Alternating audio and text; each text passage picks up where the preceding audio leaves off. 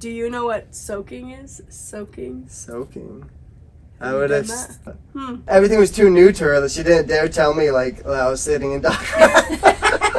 And she just instead would have rather. It was more embarrassing to tell you that you're sitting in dog crap than to sit in the dog crap with you.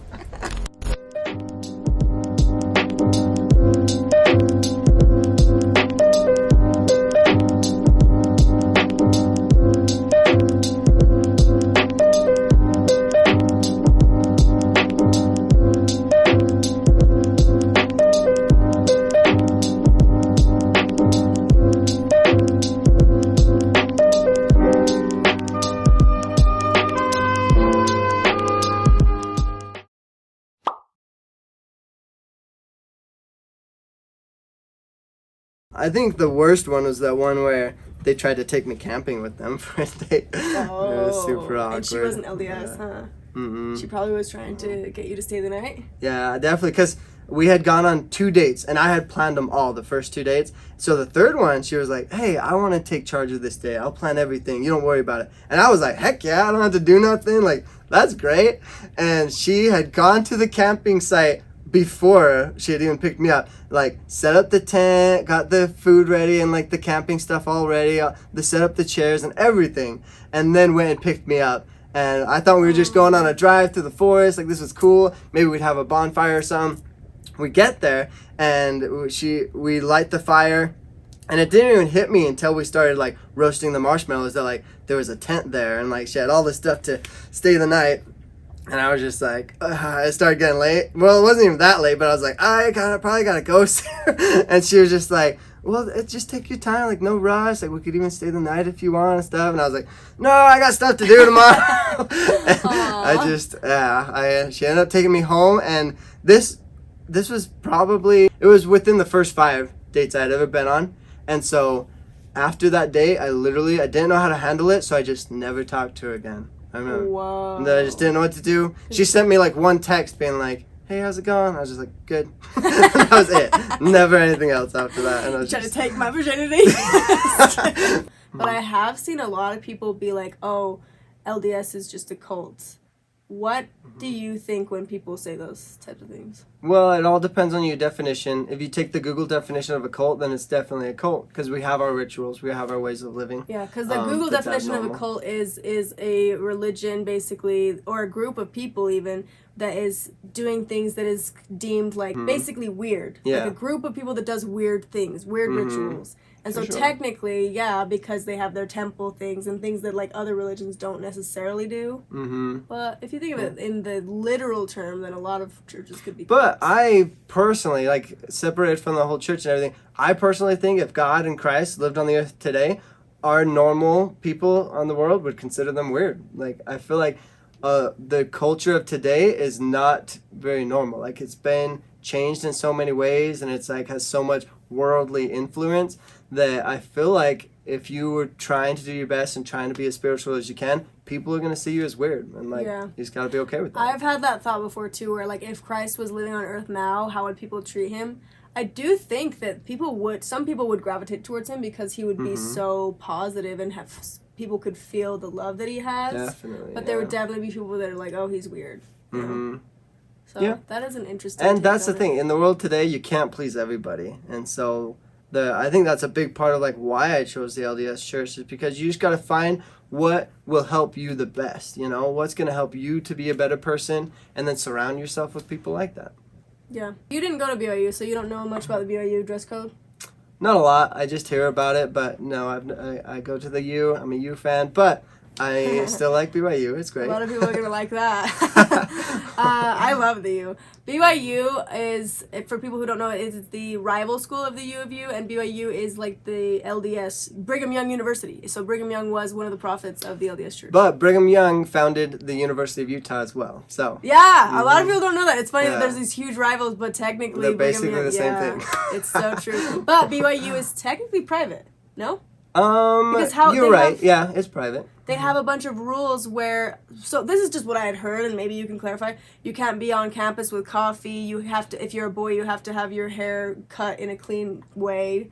not too long of beards, like modesty. I don't think guys can go in the girls' dorms after a certain time. I think some colleges out in the public world do that too, but a lot of interesting rules that I found to be like, you know? Yeah, I mean, comparing it to just all universities, I think it's weird. But I'm sure if you compared it to like Christian universities or Christian schools, I think it's kind of the same idea. They just try to have like more standards and more things to just kind of regulate, which a lot of people don't like it. But I've heard from a lot of people that go there and they're super lenient on the rules. So they do have the rules, I think, so that they can try and fix things or to stop as many issues as possible.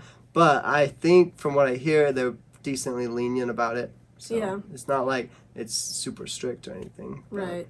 Do you feel like girls, maybe just the Utah girls, I feel like this personally, but I want your opinion. Do you feel like a lot of girls want to only marry Mormon guys who have returned from a mission or went on a mission? I think there's a lot that do, but I don't know.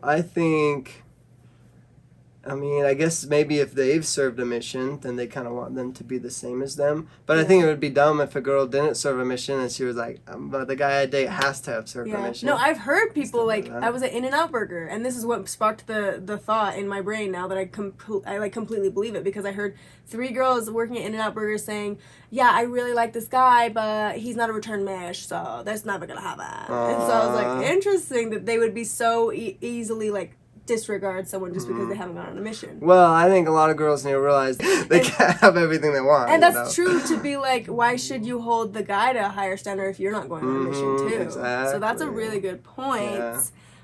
That being said, though, do guys advertise on their mutual dating app that they're a return missionary?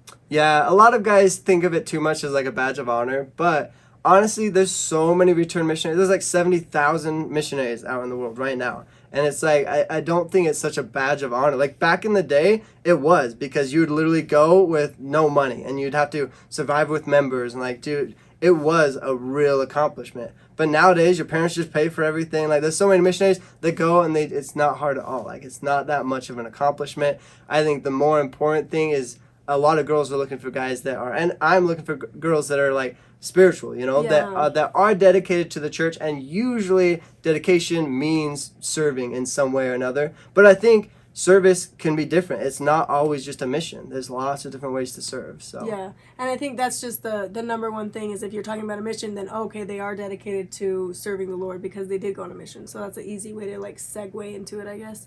But do you have it on your dating app profile that you return to mission? I do now. When I first created it, I didn't because I don't want girls to be like, oh, he has to have gone on a mission and stuff. But I did realize that I would reply mostly to girls that did serve as well. And so I was kind of like, well, maybe I should put it on there just so that if... Now, I don't want a girl that like that requires me, to have it on that. But I do have it on there just so that they know, like, I mean, that is a part of my life. That is who I am, and so. Yeah, because I do think there's a lot of LDS people that aren't like dedicated enough to go on a mission, and then there's that other section that are dedicated. And if you want to be with someone who's in that section, I guess, you know. I do feel like because when people comment on my videos and say that LDS is a cult, I feel like you can't generalize it like that because there is so much diversity. There are so many people that don't go on missions. There's so many people that there's Mormons that I know of that are they call themselves Mormon, but they have a tattoo and they drink and stuff like that. They do things that are against the word of wisdom. Yeah, the word of wisdom. Yeah. So. And keep in mind, like, I use other dating apps. I always tell people, like, the girl that I'm with does not have to be a member. Like, that's okay. Really? Because I think you have to be an open mind. It's not like members are going to be the ones that are perfect for me.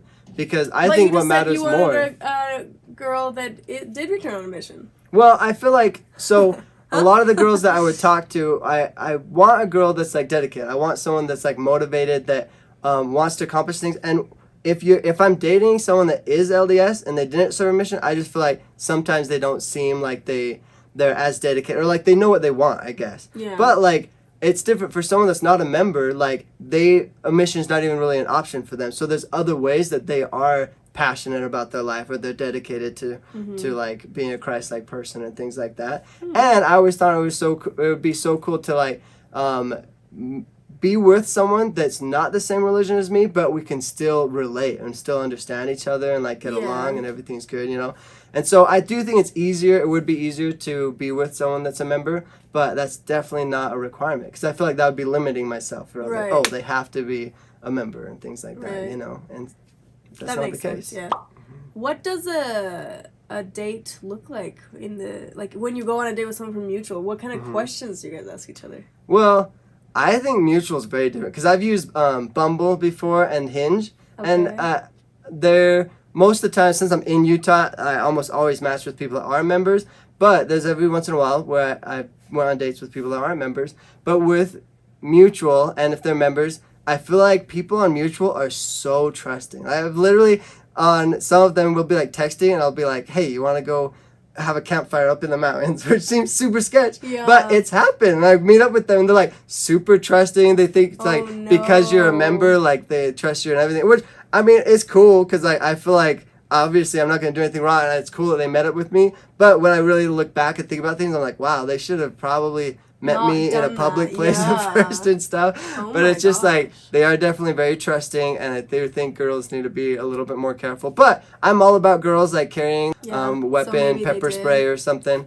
And so I don't know. I don't think girls should ever feel like vulnerable or afraid. Like they should be able to do whatever they want, but just be well prepared, you know? Yeah. And I don't know. I do call them a lot of the times before and like have a phone conversation because I don't want to meet up with someone that like might have like great pictures, but then they're crazy. You know? And so I like to talk with them on the phone. Oh yeah, you'd be amazed at how good people can make their photos and profiles look. Okay, I think that's pretty much all of the questions. I wanted to end it on a good note. What appealed to you the most about the Mormon Church, about the LDS Church? I definitely liked that they were just kind of a supportive family. Because I think in the world today, it's hard. Any type of standards or goals you set yourself to, it's hard to keep them if you're on your own. But if you're surrounded by people with the same motivation, the same goals, then I think it helps. And I think it's good in any way to have people to support you and have people to, I don't know, just give you good ideas of ways to live your life, to improve and so the community aspect of it. I did really feel like you felt so enticed because you lost your whole community overnight, and then that was a new community that was very positive. And you're a very family-oriented person, and is the group. The LDS Church is very family-oriented. That's something that I really liked, that they believe in eternal family. Not a lot of churches believe in that, so I really liked that too. All right, I think that's all of my questions. Let me know if you guys liked this video.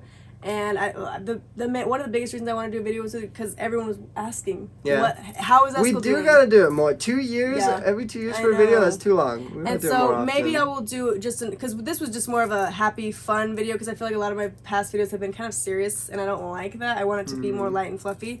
So we should do a video where it's an update because everyone on every single live stream I've been doing, they're like, how is Eskel doing? So we should do a update, and maybe you guys can have questions for Eskel in the comments down below, and we can put them together for our next video.